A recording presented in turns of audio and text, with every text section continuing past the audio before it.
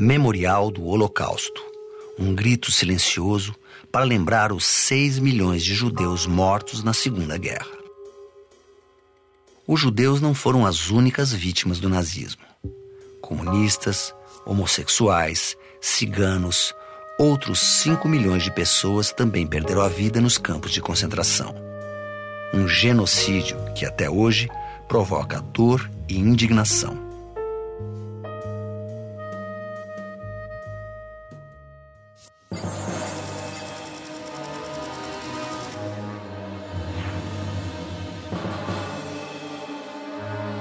O Holocausto é resultado do regime totalitário de Adolf Hitler. Sua ascensão começou depois da Primeira Guerra Mundial.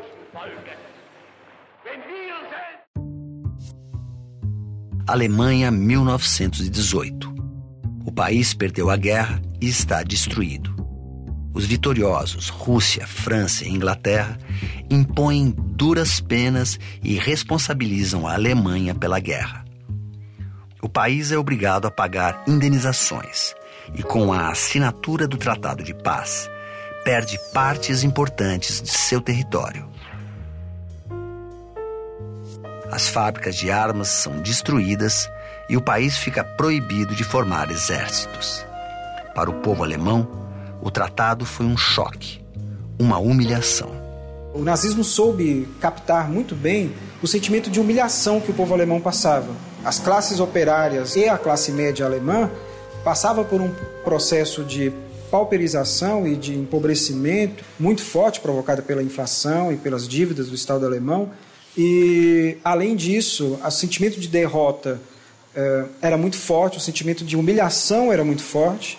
Então, a palavra de ordem que os nazistas buscavam acentuar e difundir no meio da população era um sentimento de revanchismo. Quem traiu a Alemanha foram os comunistas, os socialistas, porque eles assinaram o Tratado de Versalhes, que foi extremamente prejudicial à Alemanha e que transformou o país num caos econômico e político.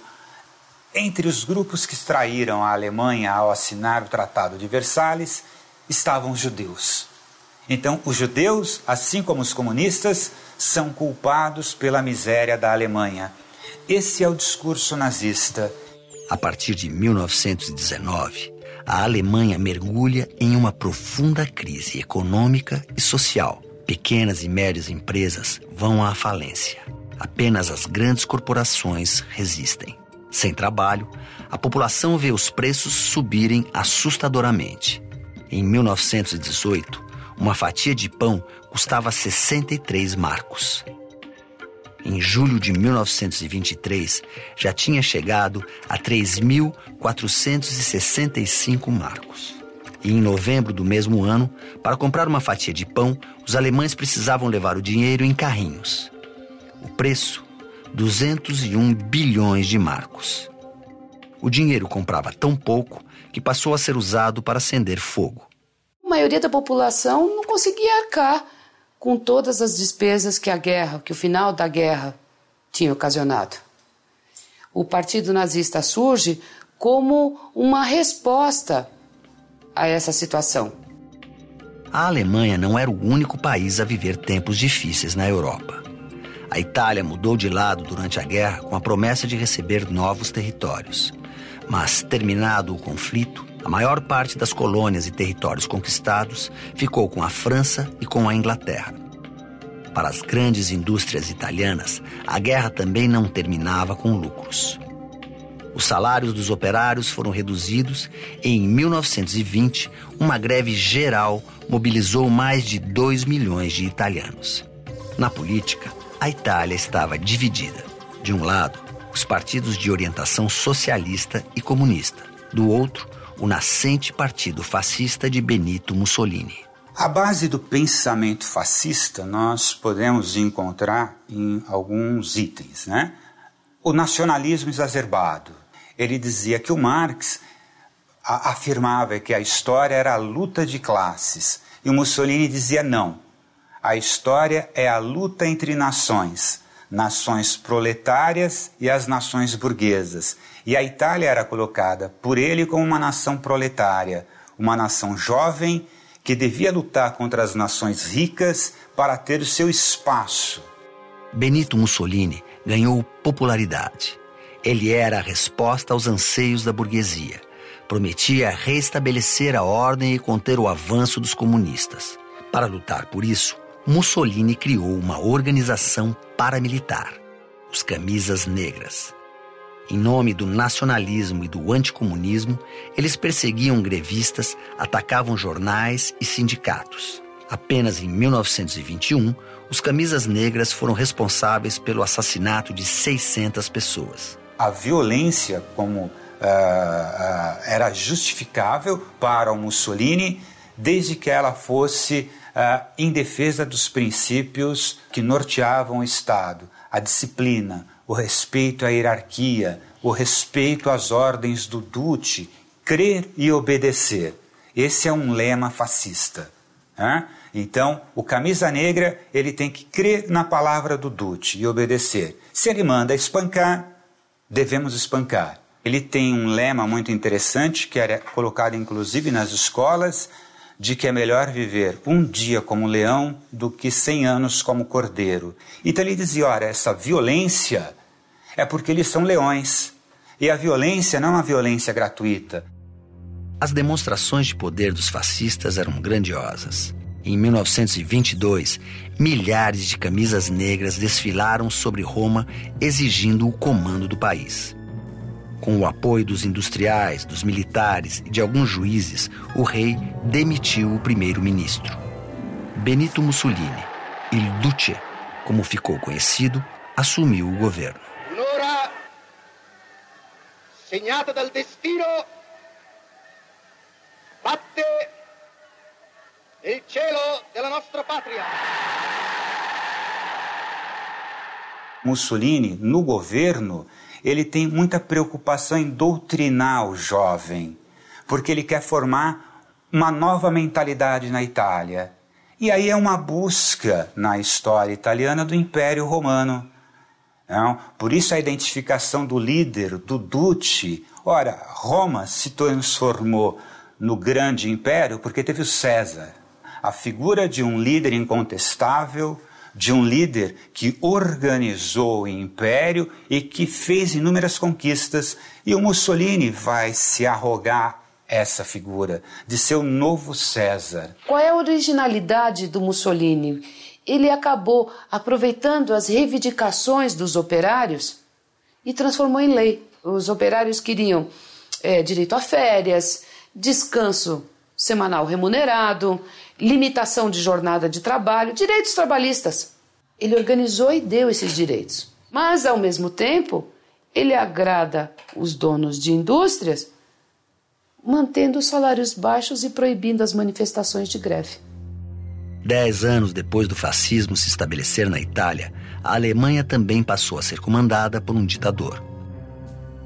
Adolf Hitler, um artista frustrado e ex-soldado da Primeira Guerra, cresceu rapidamente no Partido Alemão dos Trabalhadores. De espião, tornou-se líder do partido. Em 1934, passou a acumular os cargos de chanceler e presidente. Uma de suas principais ideias era a suposta superioridade da raça alemã. O pensamento racial da superioridade do branco era considerado quase que uma ciência. Ao criticar os judeus e os eslavos, ele está falando na existência de raça superior e raça inferior. Mas ele não criou isso. Na realidade, ele está se apropriando de um discurso que já existia e que tinha eco na Alemanha. Vários partidos nacionalistas já usavam esse discurso. Na realidade, o Partido Nazista não é o único partido racista na Alemanha. Você tinha vários outros, só que o Partido Nazista é o que vai ter sucesso eleitoral. Uma vez no poder, Adolf Hitler criou uma máquina de propaganda política capaz de lhe dar popularidade.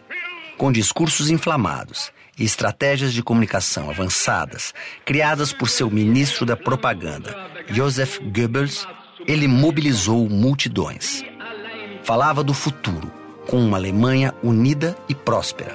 Enfatizava os sacrifícios necessários para recuperar o país e destacava o orgulho do povo alemão, como neste encontro com a juventude do partido.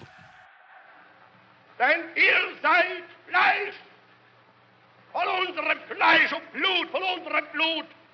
Und in eurem jungen Gehirn brennt derselbe Geist, der uns beherrscht.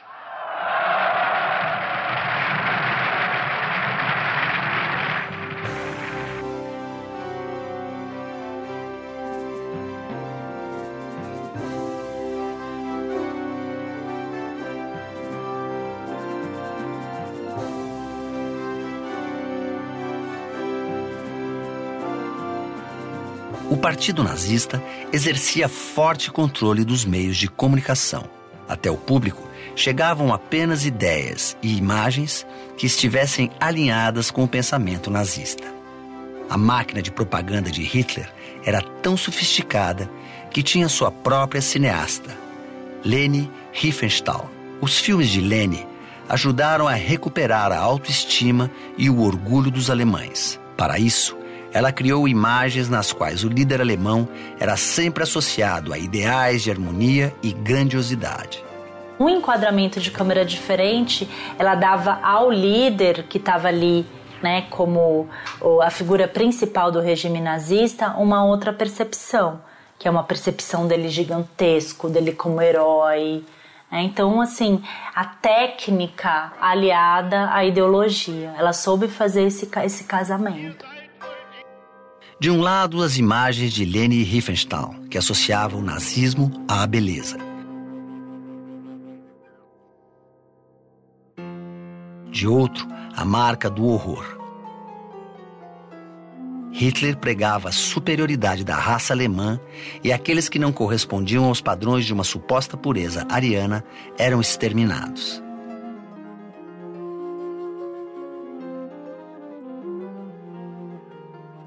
Os primeiros campos de concentração na Alemanha, na realidade, são para comunistas, para socialistas, para anarquistas e para inimigos potenciais, como os miseráveis. Então você imagina que num dia você sai na rua e ela não tem pobre, ela não tem miserável.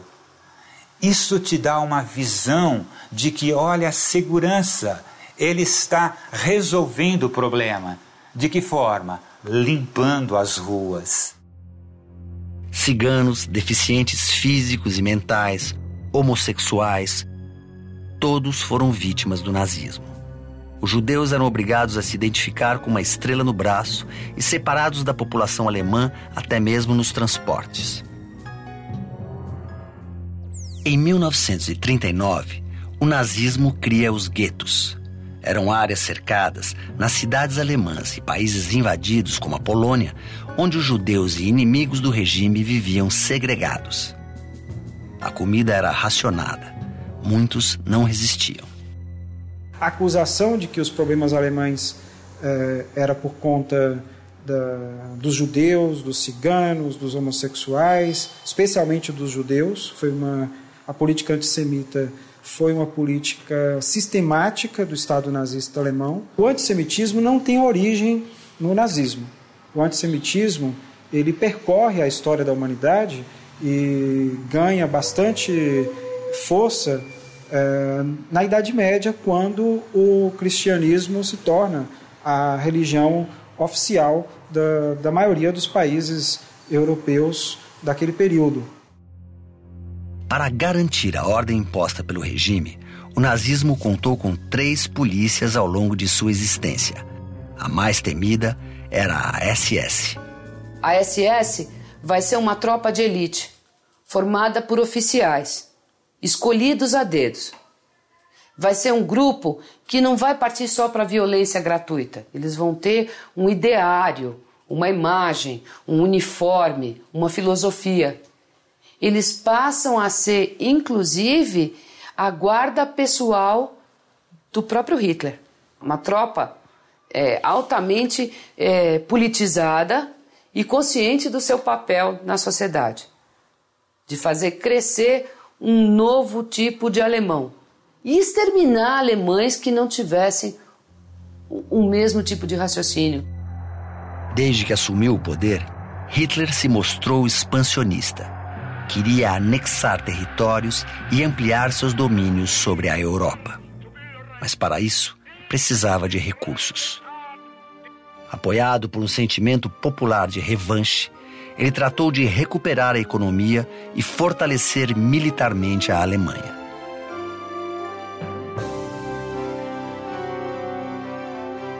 Para acabar com o desemprego, abriu frentes de trabalho que empregaram 1 milhão de pessoas.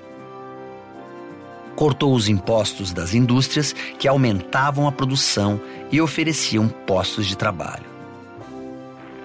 E, contrariando o acordo de paz, reativou a indústria bélica. E o programa econômico dele é um programa básico que muitos países usaram na década de 30, inclusive os Estados Unidos, que é a intervenção do Estado na economia. Até então, na Primeira Guerra Mundial, havia a ideia liberal de que o mercado, de que a economia não devia sofrer nenhuma intervenção do Estado, que o mercado se autorregula. Com a guerra, com a miséria, com a crise, o mercado não estava se autorregulando. Então, a proposta do nazismo e do fascismo era justamente isso: o Estado ser o mediador, o Estado impor uma série de leis que iria fiscalizar os trabalhadores, mas também fiscalizar o capital. O plano econômico nazista deu certo. Entre 1932 e 1937, o número de desempregados caiu de 6 para 1 milhão. A produção nacional cresceu 102% e a renda nacional dobrou. Há um crescimento econômico com geração de emprego e melhorias salariais do povo alemão bastante considerável. Então, isso explica um pouco a adesão parcial, porque ela não foi uma adesão absoluta de parcelas consideráveis da população alemã em relação ao nazismo.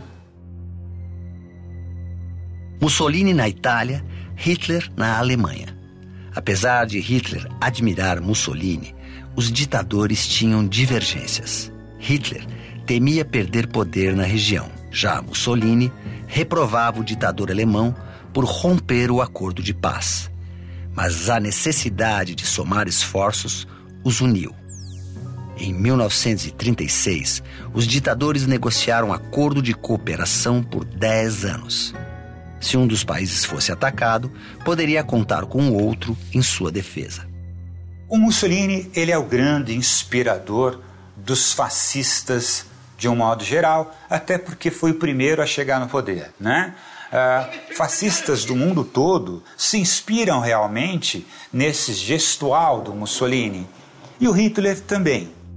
Juntos, Hitler e Mussolini apoiaram militarmente a ascensão de mais um regime totalitarista, desta vez na Espanha.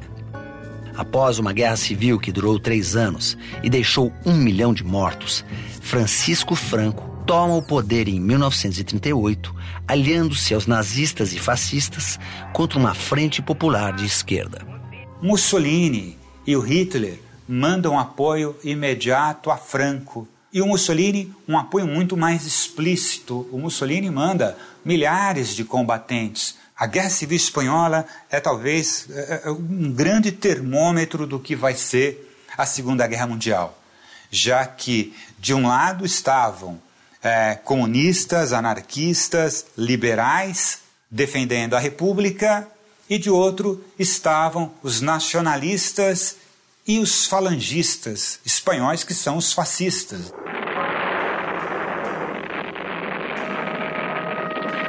Em setembro de 1939, a Alemanha domina a Polônia e tem início a Segunda Guerra Mundial.